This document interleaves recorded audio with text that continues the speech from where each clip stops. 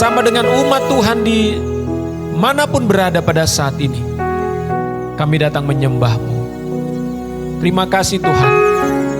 Sebentar kami mau mendengarkan firman-Mu. Berbicaralah kepada kami.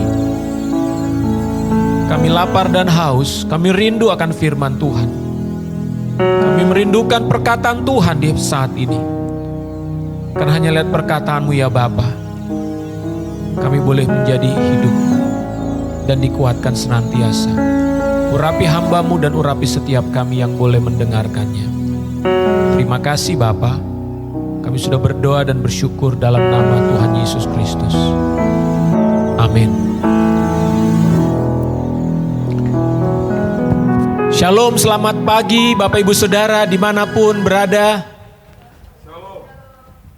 Puji Tuhan, kalau hari ini kita boleh kembali berkumpul di rumah kita masing-masing atau dimanapun saudara berada, itu semua adalah karena anugerah dan kasih karunia Tuhan yang menjaga memelihara kita sampai hari ini.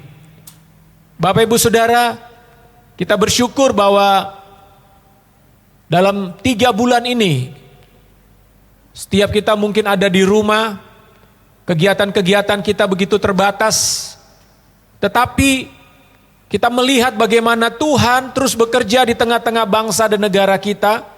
Saya percaya Tuhan terus menjawab doa-doa kita melalui kesembuhan-kesembuhan yang Tuhan lakukan bagi saudara-saudara kita yang menderita penyakit khususnya corona. Dan kita juga bersyukur bahwa pemerintah diberikan hikmat dan kebijaksanaan di dalam mengatasi situasi yang ada pada saat ini. Bapak Ibu Saudara, kalau minggu lalu saya sudah menyampaikan firman Tuhan tentang betapa pentingnya kita menjadi dewasa secara rohani. Karena hanya dengan kedewasaanlah maka kita akan bisa melakukan hal-hal yang besar dalam hidup kita, menerima tanggung jawab yang besar dari Tuhan, dan hidup kita akan berbuah. Dan pagi ini saya ingin menyampaikan satu firman Tuhan, satu renungan firman Tuhan, yaitu jalan menuju kedewasaan dan kemuliaan. Mari kita membaca firman Tuhan di dalam Roma pasal 8 ayat 28 sampai 30. Roma 8 ayat 28 sampai 30. Demikian firman Tuhan. Kita tahu sekarang bahwa Elohim turut bekerja dalam segala sesuatu untuk mendatangkan kebaikan bagi mereka yang mengasihi Dia, yaitu bagi mereka yang terpanggil sesuai dengan rencana Elohim. Sebab semua orang yang dipilihnya dari semula, mereka juga ditentukannya dari semula untuk menjadi serupa dengan gambaran anaknya, supaya ia anaknya itu menjadi yang sulung di antara banyak saudara. Dan mereka yang ditentukannya dari semula, mereka itu juga dipanggilnya. Dan mereka yang dipanggilnya, mereka itu juga dibenarkannya. Dan mereka yang dibenarkannya, mereka itu juga dimuliakannya. Haleluya.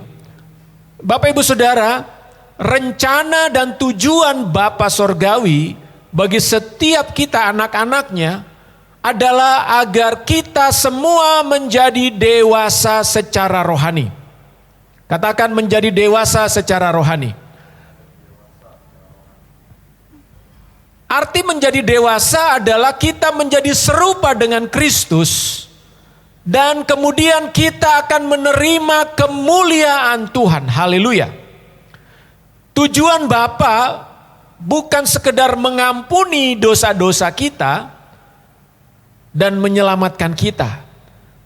Tuhan tidak berhenti hanya pada tujuan itu, tetapi Dia mau supaya kita sebagai anak-anaknya menerima kemuliaan Kristus, saudara. Kelak setiap saudara yang percaya kepada Kristus akan menerima kemuliaan yang luar biasa. Kalau hari-hari ini banyak orang mengejar kemuliaan dunia, saudara. Ya, mereka ingin menjadi orang-orang yang disanjung, dikenal, ingin dipuji dan sebagainya. Tetapi bayangkan nanti ketika hari di mana Tuhan bersama-sama dengan kita, dikatakan dia akan memuliakan saudara. Nah, bagaimanakah cara Bapa mendewasakan kita sehingga kita menjadi serupa dengan Kristus dan menerima kemuliaannya kelak? Tentu Tuhan punya banyak cara untuk mendewasakan anak-anaknya. Salah satu yang ingin saya bagikan di pagi hari ini, bagaimana cara Tuhan mendewasakan anak-anaknya adalah melalui yang namanya penderitaan. Mungkin saudara terkejut, atau mungkin saudara merasa, kok penderitaan?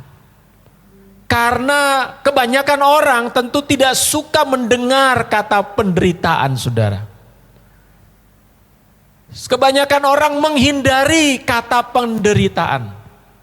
Mungkin kita lebih senang kata diberkati, dipulihkan, dan sebagainya. Tetapi Alkitab sendiri ternyata mengajarkan bagaimana penderitaan merupakan sesuatu yang Tuhan pakai untuk mendewasakan umatnya, saudara. Nah, kita akan belajar tentang penderitaan ini dalam konteks Alkitab, sehingga kita sebagai anak-anak Tuhan dapat meresponi ketika kita menghadapi penderitaan. Saudara, tentu hari-hari ini banyak orang yang sedang menderita. Menderita karena kehilangan pekerjaan, menderita karena kehilangan saudara atau anggota keluarga, ya, menderita kehilangan bisnis, menderita kehilangan uang dan sebagainya. Karena situasi yang ada saat ini memang betul-betul membawa penderitaan, bukan hanya pada sebagian orang, tapi pada banyak orang di seluruh dunia, saudara. Itulah sebabnya kita sebagai anak-anak Tuhan perlu mengerti kenapa penderitaan ini harus terjadi di tengah-tengah kehidupan kita. Saya coba melihat sedikitnya ada 3 penyebab dari penderitaan yang dialami oleh manusia. Yang pertama, manusia mengalami penderitaan akibat kesalahan atau kelalaian dari diri sendiri ataupun orang lain. Misal, orang mengalami kecelakaan. Ya, kebanyakan mengalami kecelakaan itu karena ada kesalahan atau kelalaian, atau istilahnya human error, saudara. Biasanya pengemudi karena mengantuk mengalami kecelakaan. Dan yang mengalami celaka bukan hanya pengemudi, tapi juga penumpangnya. Jadi bayangkan kesalahan pengemudi tapi mengakibatkan penderitaan kepada penumpang. Nah, ini salah satu penyebab penderitaan. Yang kedua, penderitaan juga disebabkan karena iman dan ketaatan kepada Kristus. Apabila saudara mentaati Kristus, mentaati firman-Nya, maka kemungkinan besar juga saudara akan mengalami penderitaan. Tidak sedikit orang-orang yang menjalankan imannya kepada Kristus, mereka mengalami tekanan, saudara. Ya, mereka mengalami tantangan, mereka mengalami godaan, di mana tentu itu membuat sebuah penderitaan. Ada orang-orang Kristen di berbagai belahan dunia ini tidak bisa beribadah karena mereka percaya kepada Yesus. Yang ketiga, penderitaan disebabkan karena pekerjaan-pekerjaan iblis. Jadi iblis bekerja di tengah-tengah dunia ini mendatangkan penderitaan kepada manusia. Salah satu pekerjaan iblis adalah mendatangkan sakit penyakit, saudara. Ya, melalui sakit penyakit maka iblis mendatangkan penderitaan kepada manusia. Jadi Bapak Ibu Saudara, apapun sumber daripada penderitaan itu tidak menjadi penting bagi kita. Kenapa? Karena Roma 8 ayat 28 mengatakan bahwa Tuhan turut bekerja dalam segala sesuatu untuk mendatangkan kebaikan bagi mereka yang mengasihi Dia. Jadi, apapun penderitaan yang saudara alami pada hari ini, atau apapun penyebab dari penderitaan yang saudara alami. Mungkin saudara mengalami penderitaan di mana saudara mengalami kecelakaan sehingga menyebabkan tubuh cacat. Saudara menderita karena cacat tubuh saudara. Akibat kesalahan yang dilakukan orang lain. Saudara mungkin ditabrak oleh orang yang mengemudi karena mabuk atau karena ngantuk. Tapi mengakibatkan saudara mengalami kecacatan secara tubuh. Saudara menjadi menderita, tidak bisa bekerja dan sebagainya. Saudara, ada banyak penderitaan-penderitaan yang dialami oleh manusia dan juga oleh anak-anak Tuhan. Tetapi Alkitab mengatakan bahwa di dalam segala sesuatu Tuhan turut bekerja untuk mendatangkan kebaikan. Apa maksudnya? Maksudnya adalah bahwa di dalam dan melalui penderitaan itu Tuhan ingin mengubah, ingin memakai penderitaan yang dialami oleh anak-anaknya untuk menjadi sebuah kebaikan. Bentuknya penderitaan yang datang, tetapi Tuhan mau mengubah, memakai penderitaan itu mendatangkan atau menjadi kebaikan bagi anak-anaknya. Tentu kita banyak bertanya, bagaimana mungkin penderitaan bisa menjadi sebuah kebaikan? Pak, kalau penderitaan ya penderitaan. Tidak ada penderitaan itu sebuah kebaikan. Nah, saudara-saudara, disinilah kita harus memahami makna penderitaan. Karena lewat penderitaanlah firman Tuhan mengatakan kita didewasakan dan mendapatkan kemuliaan. Jadi, kita mau melihat lebih jauh. Kenapa Alkitab mengatakan Tuhan turut bekerja dalam segala sesuatu untuk mendatangkan kebaikan. Artinya penderitaan saudara bisa dipakai oleh Tuhan untuk menjadi sebuah kebaikan bagi hidupmu. Yang pertama, kalau penderitaan itu dipakai oleh Tuhan untuk mendatangkan kebaikan bagi kita, adalah lewat penderitaan Tuhan sedang mendidik anak-anaknya. Mari kita baca dalam kitab Ibrani 12 ayat 7. Ibrani 12 ayat 7. Ayat 5 saya baca dulu ya. Dan sudah lupakah kamu akan nasihat yang berbicara kepada kamu seperti kepada anak-anak? Hai anakku, janganlah anggap enteng didikan Tuhan dan janganlah putus asa apabila engkau diperingatkannya. Karena Tuhan menghajar orang yang dikasihinya dan ia menyesah orang yang diakuinya sebagai anak. Ayat 7. Jika kamu harus menanggung ganjaran, Elohim memperlakukan kamu seperti anak. Di manakah terdapat anak yang tidak dihajar oleh ayahnya? Bapak Ibu Saudara, ingat, Tuhan itu adalah Bapa bagi kita. Kita ini adalah anak-anaknya. Sebagai Bapa, Dia punya tanggung jawab untuk mendidik setiap anak-anaknya. Sama seperti seorang ayah di rumah, saya sebagai seorang ayah di rumah. Ayah yang bertanggung jawab, ayah yang mengasihi anak-anaknya, adalah seorang ayah yang ingin supaya anak-anaknya bertumbuh dewasa.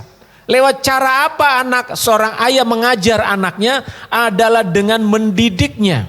Memberitahukan hal-hal yang harus dilakukan sebagai seorang anak. Dan kalau anak tersebut melanggar apa yang sudah diberitahukan, diajarkan atau dilarang, maka seorang ayah wajib mendidik dengan cara apa? Satu, menegur. Saudara, kalau seorang ayah menegur kelakuan anaknya, itu artinya ayah itu mengasihi anaknya. Kalau anaknya melakukan kesalahan, lalu seorang ayah menegur dan berkata, jangan lakukan itu nak.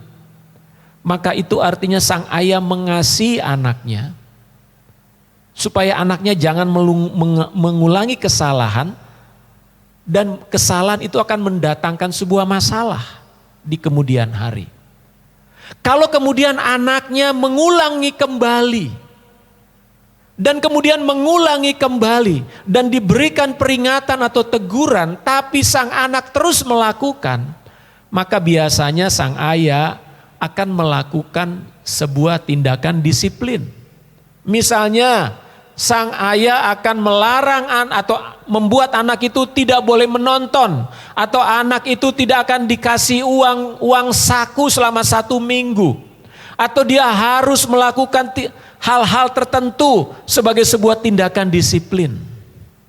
Bahkan pada masa yang lampau, tidak jarang seorang anak itu dihajar oleh ayahnya dengan rotan. Waktu ditegur, waktu diberikan disiplin, itu sesuatu yang tidak enak. Itu adalah sebuah penderitaan bagi si anak. Bayangkan seorang anak ketika didisiplinkan oleh ayahnya, dia tidak boleh main keluar. Dia tidak boleh pegang HP misalnya selama 1 minggu. Tentu itu sebuah penderitaan bagi si anak. Tapi itulah wujud daripada kasih seorang ayah kepada anaknya demi kebaikan anaknya. Saudara-saudara, demikianlah cara Bapa di sorga mendidik kita. Ketika kita mengalami atau melakukan sebuah kesalahan, atau ketika kita melakukan tindakan-tindakan yang tidak berkenan di hadapan Tuhan, kadang-kadang Tuhan menegur kita. Pertama, menegur lewat firman. Saudara dengarkan firman Tuhan, saudara membaca firman Tuhan, maka firman itu berbicara di hatimu. Firman Tuhan mengkoreksi perbuatanmu. Apakah saudara berubah atau tidak? Kalau saudara berubah, puji Tuhan. Memang waktu firman Tuhan datang kepada saudara, teguran begitu nyata lewat firman Tuhan, mungkin hati saudara menjadi sedih. Ya, saya sudah salah di hadapan Tuhan. Tapi ketika saudara bertobat, saudara menyesal, maka rasa sakit atau sedih di hati saudara itu mendatangkan kebaikan bagi saudara. Atau kemudian ketika saudara terus melakukan kesalahan, tapi kemudian saudara ditegur oleh firman Tuhan, saudara tidak berubah. Sampai suatu hari tiba-tiba saudara mengalami sebuah masalah yang besar. Lalu kemudian di situ saudara sadar, kenapa saya melakukan ini ya? Akhirnya kejadian deh, saya mengalami persoalan yang jauh lebih besar. Tapi ketika saudara sadar akan hal itu dan saudara menjadi berubah, maka artinya masalah besar yang saudara hadapi membuat saudara berubah sehingga saudara akhirnya menjadi lebih baik. Maka artinya saudara, penderitaan atau masalah yang timbul akibat kesalahan-kesalahan tersebut yang merupakan sebuah penderitaan bagi saudara, maka membuat saudara menjadi lebih baik. Saudara-saudara, apa penderitaan yang saudara alami hari ini? Ya, mungkin saudara kena tipu orang. Uang saudara habis puluhan juta atau ratusan juta. Tapi coba renungkan baik-baik, kenapa sampai saudara tertipu? Kalau saudara sampai tertipu, saudara perlu melihat kehidupan saudara. Adakah sesuatu yang salah selama ini yang saudara lakukan? Mungkin hubungan saudara dengan istri, saudara mungkin sudah diberitahu oleh istri jangan lakukan itu, tapi saudara terus jalan sampai akhirnya saudara tertipu. Artinya saudara tidak menghargai atau tidak menghormati akan perkataan daripada pasanganmu. Saudara, ada banyak hal masalah dalam hidup kita yang mendatangkan penderitaan. Akhirnya menjadi sebuah didikan Tuhan bagi hidup kita. Itulah sebabnya kenapa Roma 8 ayat 28 mengatakan bahwa Tuhan turut bekerja. Apapun masalahmu hari ini dan penderitaan apapun yang sedang kau rasakan, maka lihatlah itu sebagai cara Tuhan mendidik saudara supaya saudara bertumbuh dewasa. Itulah sebabnya dalam ayat 5 dan 6 dari Ibrani pasal 12 ini dikatakan, jangan anggap enteng didikan Tuhan. Kalau Tuhan mendidik saudara, Tuhan menegur saudara dengan firman Tuhan, jangan abaikan. Jangan anggap enteng. Kalau firman Tuhan sudah berbicara, biarlah saudara segera meresponinya. Karena kalau saudara tidak meresponi teguran secara firman Tuhan, saudara terus melakukannya, maka akan datang akibat yang lebih berat. Dan biasanya kalau akibat yang lebih berat itu menjadi semacam hajaran, saudara. Dan kalau hajaran datang dalam hidupmu, ingat, jangan engkau putus asa. Karena itu sebuah peringatan dari Tuhan.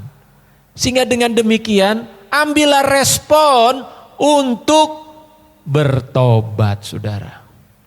Maka dengan demikian saudara masuk ke dalam level kedewasaan yang lebih lagi, saudara. Sayangnya banyak orang Kristen ketika mereka ditegur oleh Tuhan lewat firman, mereka abaikan. Datang lagi teguran yang lebih keras, mereka abaikan. Dan ketika datang penderitaan dalam hidup mereka, mereka justru lari dari Tuhan.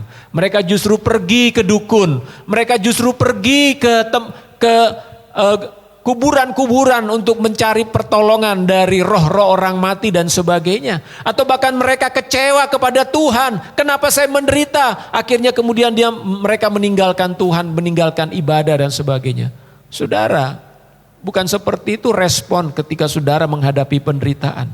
Justru ketika ada penderitaan dalam hidupmu, itulah waktunya saudara untuk mencari wajah Tuhan dan mencoba mengerti ada apa di balik semua ini. Yang kedua, melalui penderitaan, kebaikan apa yang Tuhan mau berikan kepada kita? Saudara-saudara, jemaat mula-mula adalah jemaat yang banyak mengalami penderitaan. Rasul-rasul di dalam kisah para rasul, dalam gereja mula-mula adalah orang-orang yang banyak mengalami penderitaan. Tetapi respon mereka terhadap kepada penderitaan itu sangat berbeda dengan respon orang-orang Kristen pada masa sekarang.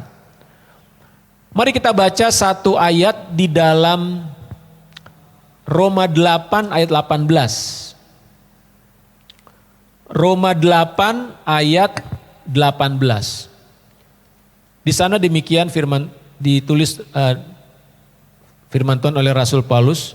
Sebab aku yakin bahwa penderitaan zaman sekarang ini tidak dapat dibandingkan dengan kemuliaan yang akan dinyatakan kepada kita. Saudara, Paulus mengatakan segala penderitaan yang dia alami di dalam hidupnya itu tidak dapat dibandingkan dengan kemuliaan yang akan dia terima. Jadi bagi Paulus penderitaan yang ada di muka bumi ini bukanlah sebuah penderitaan yang sangat besar dibandingkan dengan kemuliaan yang akan dia terima di dalam kekekalan. Penderitaan ini penderitaan yang kecil, saudara. Itu yang dia katakan di dalam 2 Korintus 4 ayat 17. Ya. 2 Korintus 4 ayat 17 dikatakan gini. Sebab penderitaan ringan yang sekarang ini mengerjakan bagi kami kemuliaan kekal yang melebihi segala-galanya, jauh lebih besar daripada penderitaan kami. Saudara, coba kita renungkan sejenak. Menurut saudara penderitaan Rasul Paulus itu ringan atau berat? Paulus bilang penderitaan kami yang ringan. Sebab penderitaan ringan yang sekarang ini, yang sesaat ini. Bayangkan penderitaan Paulus menyebut penderitaannya adalah penderitaan yang ringan. Saudara tahu nggak penderitaan Paulus itu apa? Dia dicambuk, masuk penjara, dilempari dengan batu. Hampir mati dilempari dengan batu. Dia 2 kali dilempari dengan batu. Difitnah, diancam dibunuh. Dalam perjalanan pelayanannya, dia harus naik kapal dan di kapal dia terombang-ambing di laut berhari-hari, saudara. Dalam perjalanan dari satu kota ke kota, untuk memberitakan Injil, dia harus tidur di jalan kedinginan, seringkali kelaparan. Saya mau tanya, itu penderitaan berat atau ringan? Saudara pernah mengalami penderitaan seperti itu? Bagaimana saudara dicambuki, masuk penjara? Saudara pernah dilempari dengan batu hampir mati? Saudara pernah kelaparan gak makan berhari-hari? Saudara pernah tidur di jalanan? Saudara,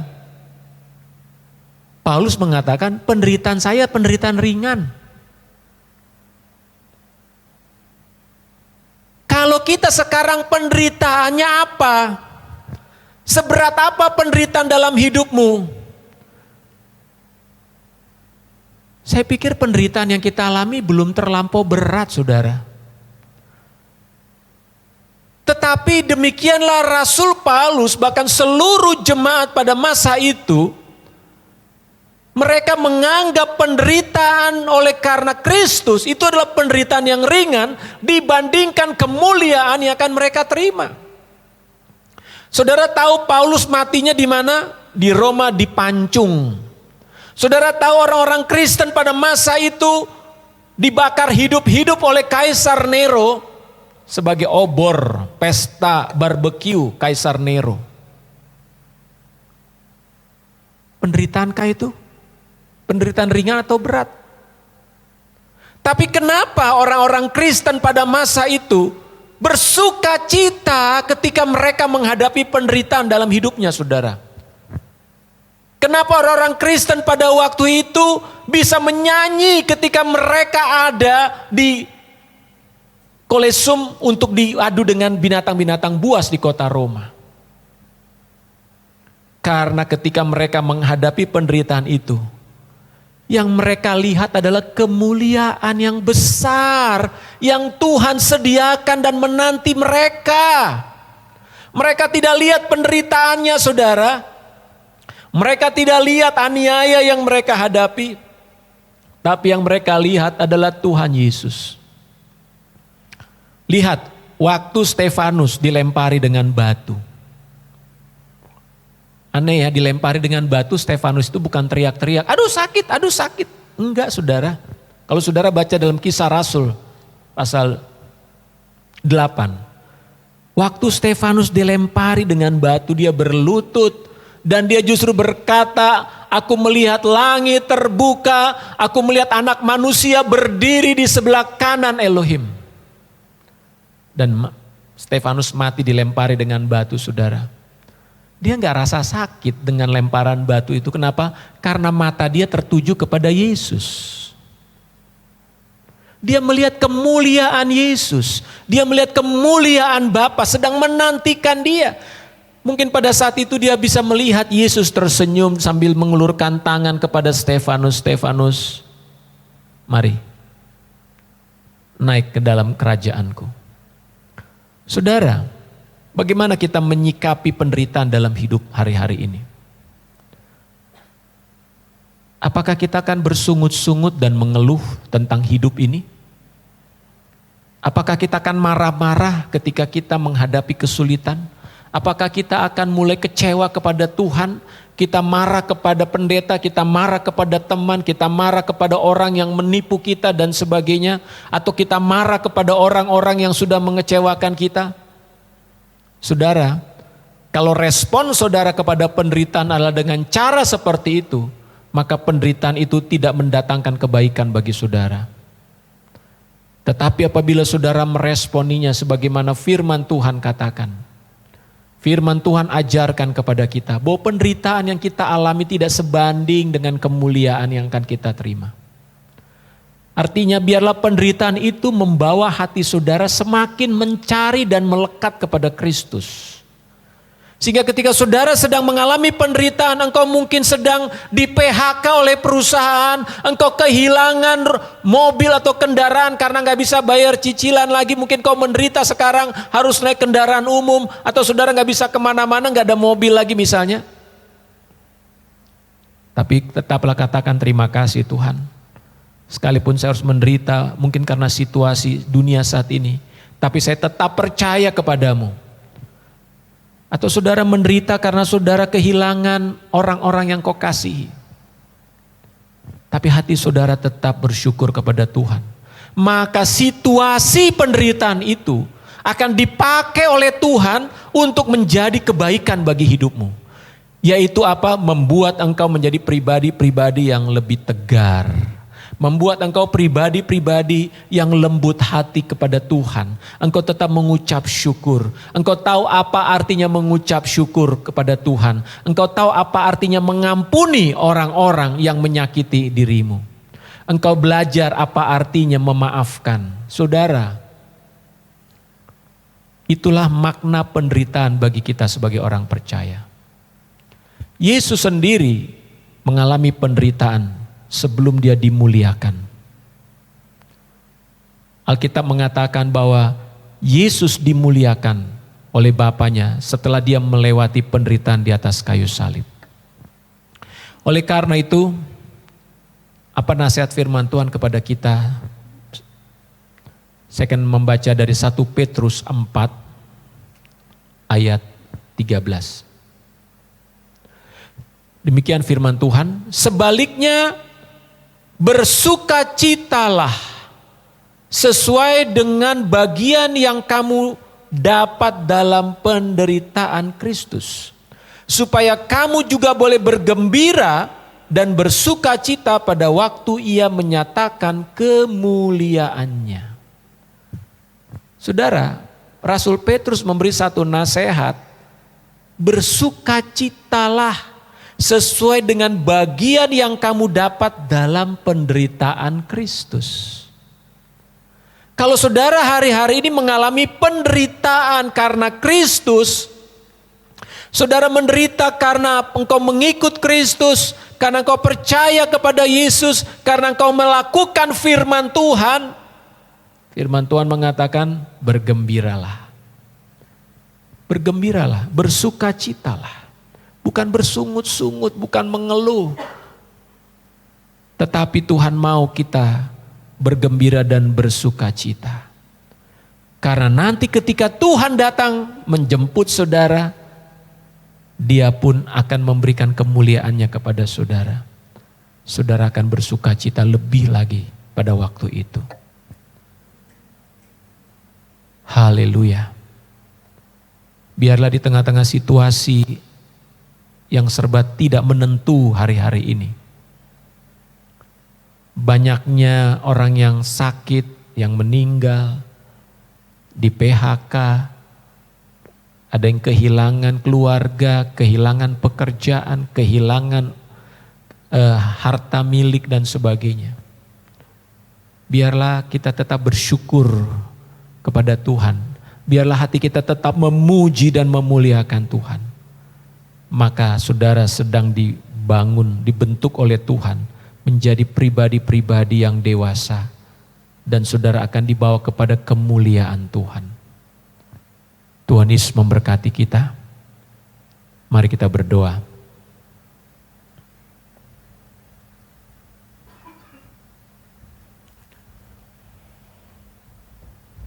Terima kasih Bapa di sorga.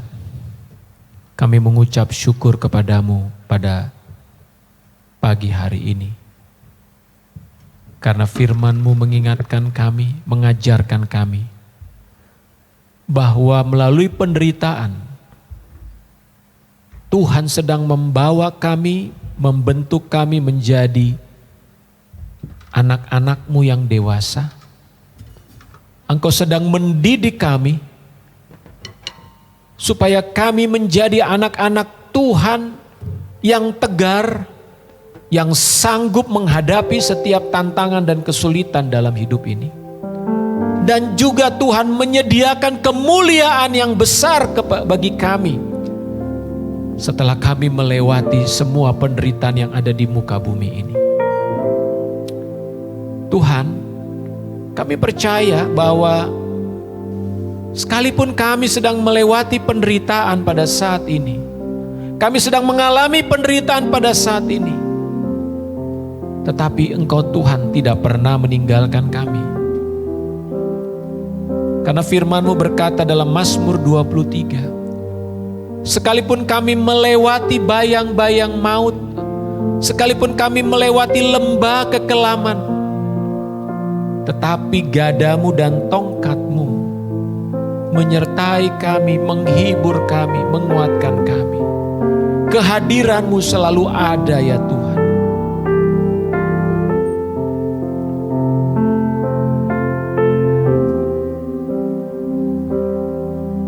Kau melihat setiap anak-anak-Mu, dimanapun mereka berada yang sedang mendengarkan firman Tuhan pada saat ini. Tuhan, aku berdoa bagi setiap mereka, khususnya mereka yang sedang mengalami penderitaan dalam hidup mereka. Mereka yang sedang mengalami persoalan-persoalan yang berat dan besar dalam hidup mereka. Mungkin mereka sedang mengalami kehilangan masa depan. Mereka sedang mengalami kehilangan tujuan dalam hidup. Mereka sedang mengalami penderitaan di dalam jiwa dan hati mereka. Tuhan, biarlah pada saat ini kasih karunia dari-Mu ya Bapa, dengan kuasa Roh Kudus menopang mereka, memampukan mereka untuk melewati masa-masa yang sulit ini, sampai mereka dapat mengalami kemenangan. Kemenangan atas penderitaan mereka, kemenangan atas setiap masalah berat yang sedang mereka hadapi. Bagi Bapak Ibu Saudara yang sedang mengalami masalah berat, persoalan, penderitaan yang rumit, angkat tanganmu kepada Tuhan. Serahkan dirimu kepada Bapa di sorga. Tuhan akan menolong, menguatkan saudara. Saya tidak tahu berapa lama engkau akan menghadapi ini. Berapa lama lagi engkau akan melewati atau menghadapi situasi ini.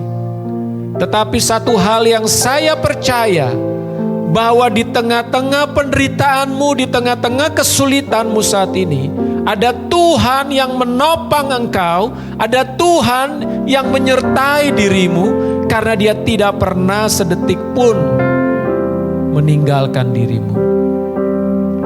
Itulah sebabnya angkat tanganmu kepada Tuhan, tanda engkau menyerah kepada Tuhan dan mempercayai Dia. Aku mau berdoa, biarlah tangan Tuhan memegang tanganmu. Tangan Tuhan akan terus menopang engkau. Dan Tuhan akan menguatkan engkau menghadapi situasimu saat ini, sampai engkau mampu melewatinya dengan selamat. Percayalah, mengucap syukurlah, bersukacitalah kata Tuhan. Jangan pernah ragu dan takut bahwa Tuhan menyertai engkau. Terima kasih Bapa. Terima kasih Tuhan, berkati setiap anak-anak-Mu dimanapun. Haleluya.